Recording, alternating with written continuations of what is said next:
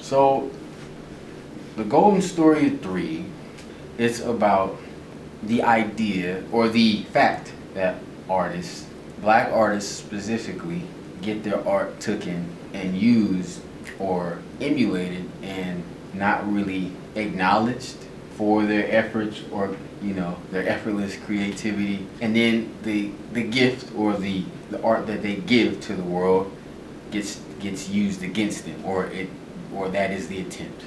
And so in this short movie, the art and the artist have a talk about it, basically. And they come to the conclusion, you know, we want each other and we don't care what the cost is. So yeah, and it's in threes.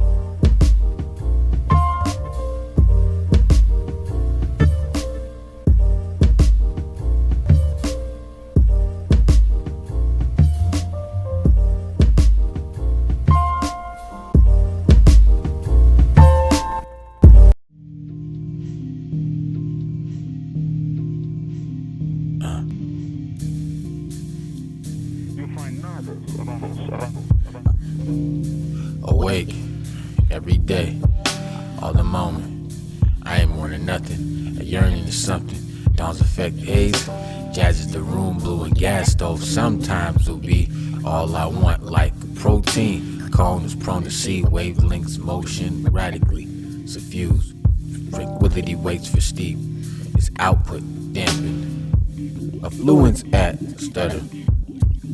Around early AMs. Yeah. I'll be around. Novels about street life, about drug dealing. One would think George Jackson's work would be deeply popular, but true, his name is not known among younger prisoners. When one engages some youth on these issues, one is apt to hear the response, man, I ain't trying to hear that black kid.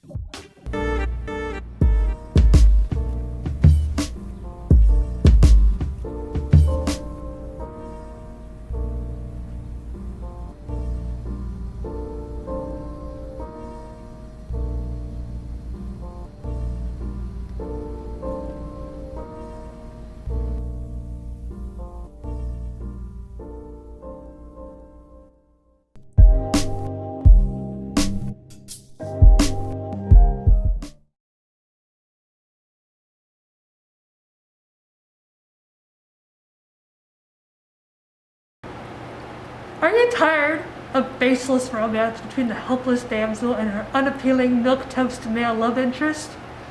Do you crave legitimate queer rep in a lighthearted rural setting? Do rich old men piss you off? Me too! In The Farmer the Belle, the tension between a humble farmer and her nemesis' daughter caused them to form an unlikely alliance.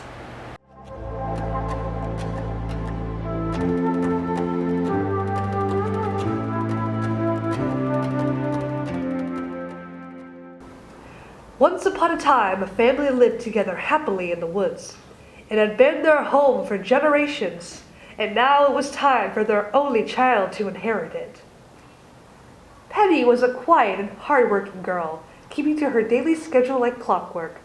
Nothing kept her from diligently feeding her livestock, itemizing food stores, and harvesting.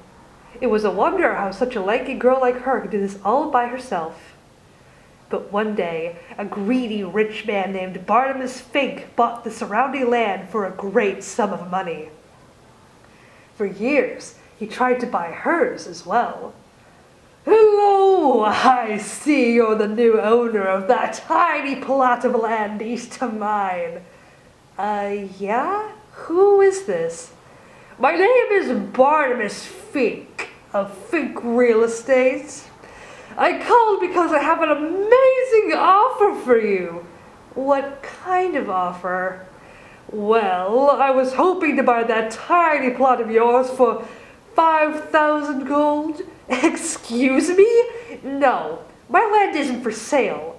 "Oh, a haggler! 10,000 gold." "I said no." "Well, if you happen to change your mind, you know where to find me." "Yeah, the dumpster." With little success. Years had passed since her inheritance of the farm, and so had the increase of offers, each of which were swiftly declined. Along with the excessive calls, Penny also received a variety of visitors from the Fink estate. Each carried with them threats, offers, and bribes.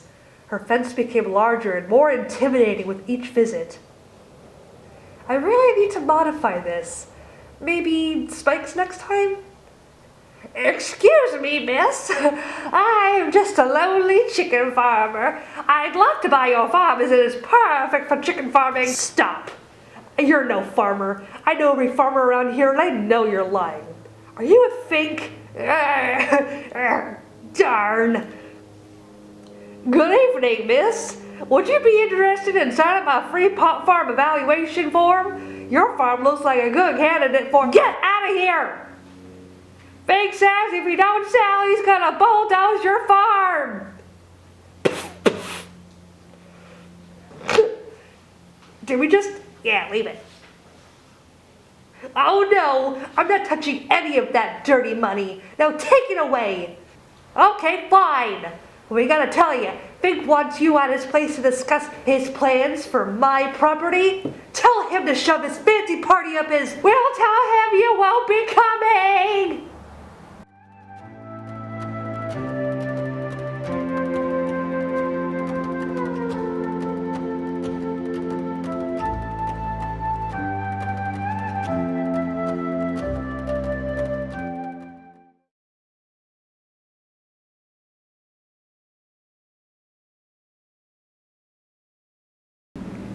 Perfect hero saving a damsel in distress, a big bad evil person / being, and a happy ending. These are the ingredients on making the basic template for today's stories, give or take something. Let's flip it on its head. Change the script into something new. We'll obviously still need a moral too, of course. However, I want my audience to immerse themselves into a dark comedy and see how we've broken that template while teaching them a thing or two about mental illness and how it's not always visible at first sight.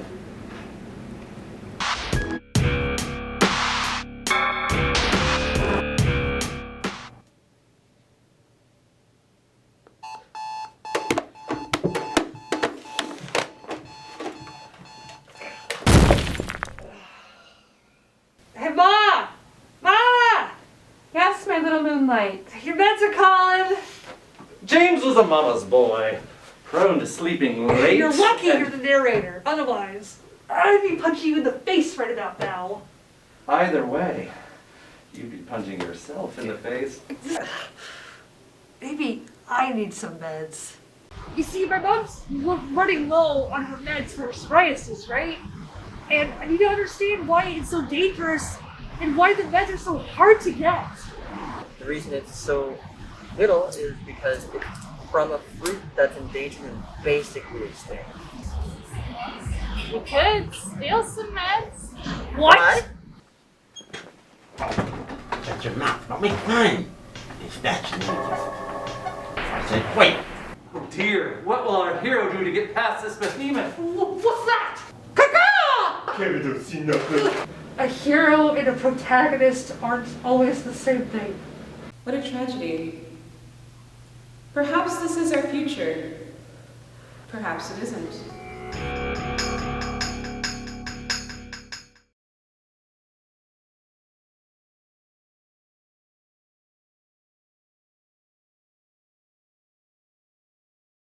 Etta and Gus is a play about a magical scribe whose stories come true when she writes with passion.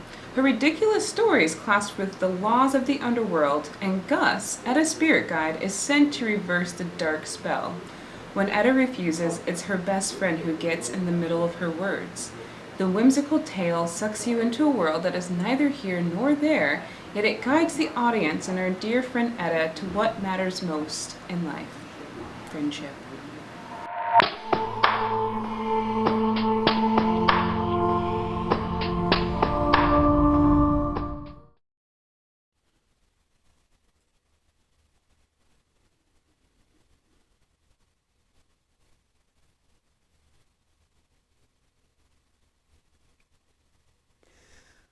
Once upon a time, there was a hidden place, a world neither here nor there.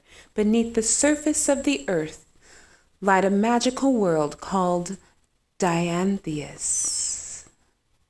There were few ways to get in and fewer ways to get out. Only at the hands of those who carried ancient magic in their veins could be granted travel to Earth and its center. In this story, we watch an entitled, misled scribe named Etta, willing to write exaggerated tales for attention and adoration of her peers in the local newspaper. Little did she know, Etta was going to be held accountable, not just to her 100,000 followers on Instagram. It was Etta's spirit guide, Gus, that would be sent to the surface of the earth to stop her madness. Will he ever get back to his bubble bath? Can Etta undo the damage she caused just in time to save her best friend? Only the 3 underworld lords knows how this turns out. Stay tuned.